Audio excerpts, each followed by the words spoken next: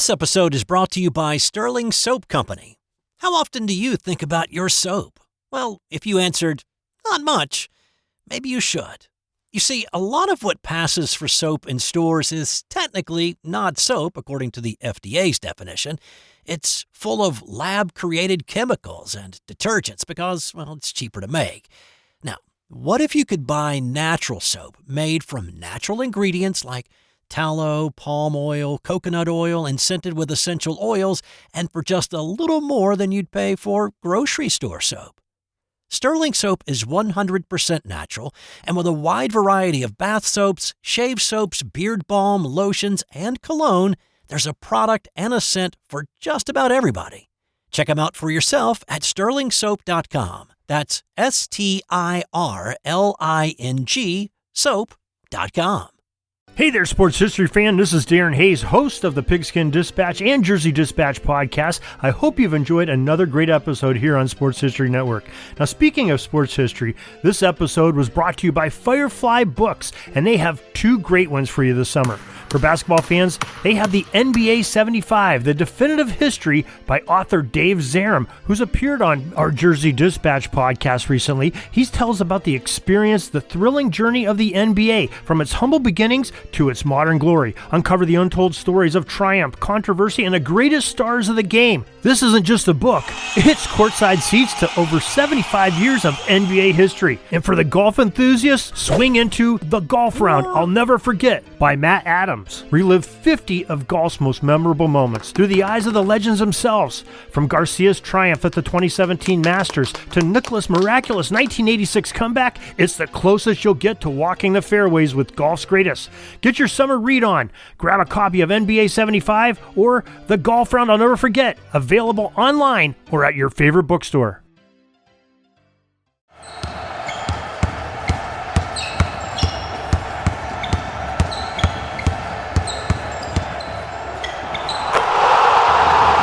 This is Basketball History 101 with Rick Loayza. Welcome back to award-winning Basketball History 101, part of the Sports History Network. I am your host, Rick Loayza, and this is the podcast where we bring to life some of the forgotten stories from basketball history. We are bringing old school basketball to a new school audience, and today we bring the story of the impact that Magic Johnson and Larry Bird had on the NBA. The two of them had not only an incredible impact on the court, but also off the court. Never before or since have two rookies led their teams to the best record and second best record in the entire league. And I do not mean just being part of a team, I mean actually led their team to incredible success as rookies. So in order to put this story into context, I need to describe what the NBA was like before Magic and Bird arrived. The NBA of the late 1970s was nothing like it is today, a multi-billion-dollar basketball league, the richest basketball league in the world and with the widest reach. NBA games are shown in over 150 countries around the world. Merchandise sales are incredibly healthy. It is truly a global league in that it brings together the best basketball players from all over the world into a single league. At the 2024 Olympics, over 70 NBA players participated for their various countries. But the 1970s was almost the complete opposite. Merchandise sales were down, television ratings were down, ticket sales were down.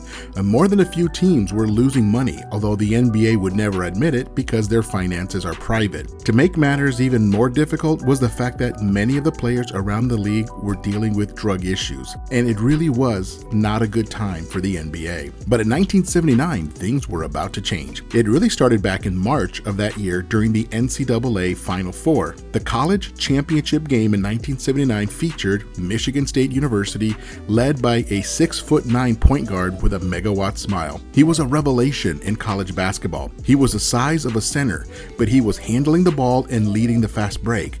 Basketball had never seen a player this big play the point guard position. Magic Johnson was electrifying with his no-look passes, his high fives, and the sheer joy that was evident on his face. The opponent that night was Indiana State University, led by 6'9" small forward Larry Bird.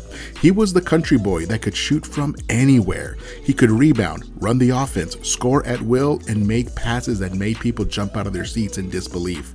These two were clearly the two best players in the entire country, and they were leading their teams in the championship game. This was like Bill Russell versus Will Chamberlain. It was Walt Frazier versus Earl Monroe. This was Kareem versus Elvin Hayes. This was not a case of David versus Goliath. This was Goliath versus Goliath. The 1979 championship game is still the highest rated college basketball game in American history based on the viewership share. Nearly 30% of all American homes were tuned into that championship game, and that is still a record today.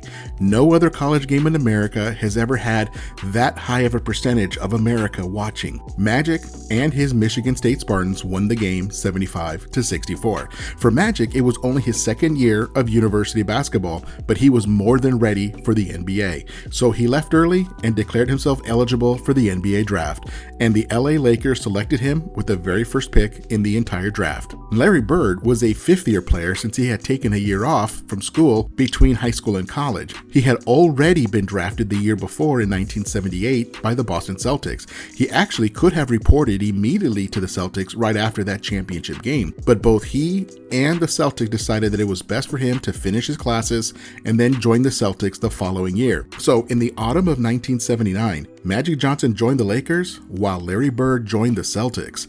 The league really had no idea what they were getting in these two players. When it comes to basketball, these two players cared about nothing more than winning games.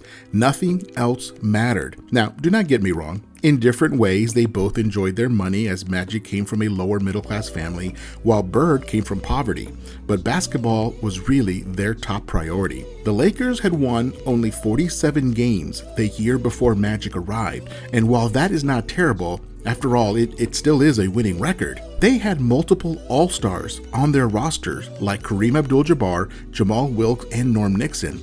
They were woefully underperforming based on the number of stars that they already had on the team. Meanwhile, on the East Coast, the Celtics had won only 29 games the year before Bird arrived. They were a terrible team that desperately needed a player that could serve as the centerpiece of the team, and they got that with Larry Bird. They were about to usher in a new dawn in the NBA. They were going to make NBA basketball fun to watch again. Now, as I mentioned, the Lakers had only won 47 games the year before, but with Magic Johnson running the show, the team really came together. Now, it did take a bit of adjustment on the part of the Lakers because Magic is unlike any point guard in history, simply due to his size and ability to dominate the boards. The Lakers won 20 of their first 30 games, but then they found a real groove and won 40 of the last 52 for an overall record of 60-22. That was the best record in the Western Conference by 4 games. Meanwhile, the Celtics were hot from the start with their new rookie. They went from last place in their division to the best record in the entire NBA at 61-21. 1 game better than the Lakers. The Celtics had no other significant addition to the team except Larry Bird, and they won 32 more games than they did the year before. It is not very often that one player completely transforms an entire team like that. For their efforts, both players were selected to the 1980 All-Star Game. Magic was the first rookie to start an All-Star Game since Elvin Hayes did it 10 years earlier. Bird came off the bench for the Eastern Conference at the All-Star Game that year, but they proved that they were both top 20 players in the league on the very first day that they were in the league. And as I said before and never since have we seen a season where 2 rookies led their respective teams to the best record in each conference. Now, I know that some of you might be thinking that Magic had Kareem, Nixon, and Wilkes, which were 3 other all-star level players. And that is true. I do not want to take anything away from these incredible players, but Magic was the emotional leader of the team and the guy running the offense on the court. Kareem did win the MVP award that year, and in large part because Magic had invigorated the entire team and took a ton of pressure off of Kareem so that he could score and could rebound at will. At the end of the season, the Celtics were eliminated by the Philadelphia 76ers in the Eastern Conference Finals, creating a finals matchup between the 76ers and Dr. J against the Lakers with Magic and Kareem. Now, as we all know, the Lakers won in 6 games with Kareem out due to an injury for that 6th game. Magic played all 5 positions in that final game to secure the 1980 championship for the Lakers. He was awarded the Finals MVP at the young age of 20 years old. But there was still the matter of who would be the Rookie of the Year. Both players had played so far beyond expectation that it is almost difficult to describe. In the end, the Rookie of the Year award went to Larry Bird. In general, the voters felt that Larry Bird did what he did with less talent around him, while Magic had the league MVP on his team in Kareem Abdul-Jabbar. Larry Bird came back with a vengeance the following year, leading the Celtics to the championship in 1981. In fact, Larry Bird and Magic Johnson won every single championship of the 1980s except for 2. The 76ers won it in 1983, and the Pistons won it in 1989. But otherwise, it was the Lakers and the Celtics gobbling up all of the trophies of the 1980s. Bird and Magic each won the league MVP award 3 times. And not only did ticket sales go up with Magic and Bird in the league, but also television viewership. Merchandise sales exploded. Sponsorships were up. In a very short time, the league was making money again, and lots of it.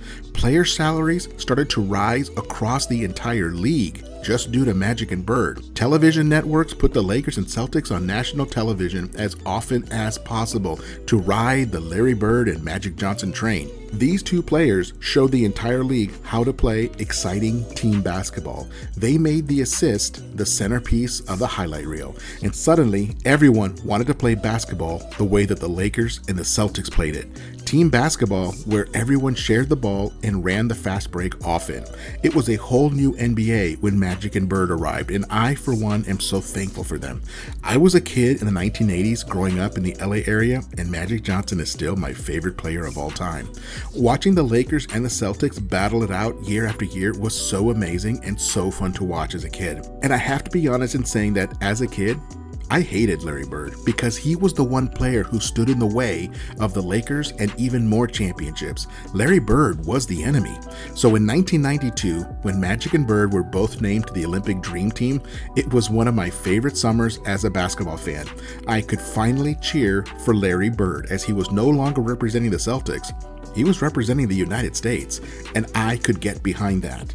And I can still clearly remember the very first game of the 1992 Olympics when the United States played Angola. About 6.5 minutes into the game, Magic got the ball in a fast break. He drove down the middle and into the lane to collapse the defense, and then threw a no-look pass backward over his head to a trailing Larry Bird. Bird caught the ball and stepped right into a 3-pointer. And I jumped off my couch and yelled, "You can't leave Larry Bird open like that, Angola. He's going to destroy you." As I said, it was such a fun summer. And make no mistake, Larry Bird and Magic Johnson saved the NBA.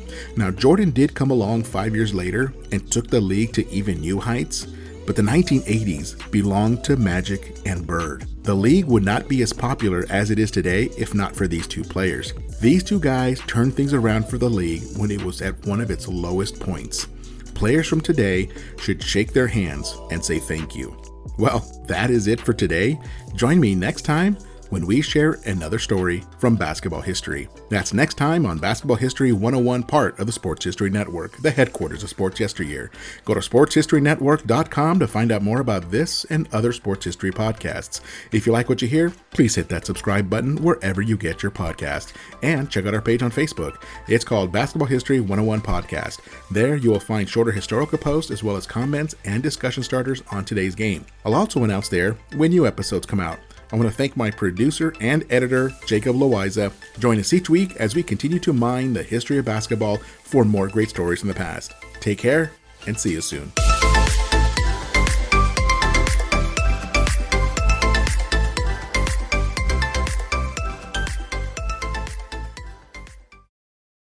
This podcast is part of the Sports History Network, your headquarters for the yesteryear of your favorite sport. You can learn more at sportshistorynetwork.com.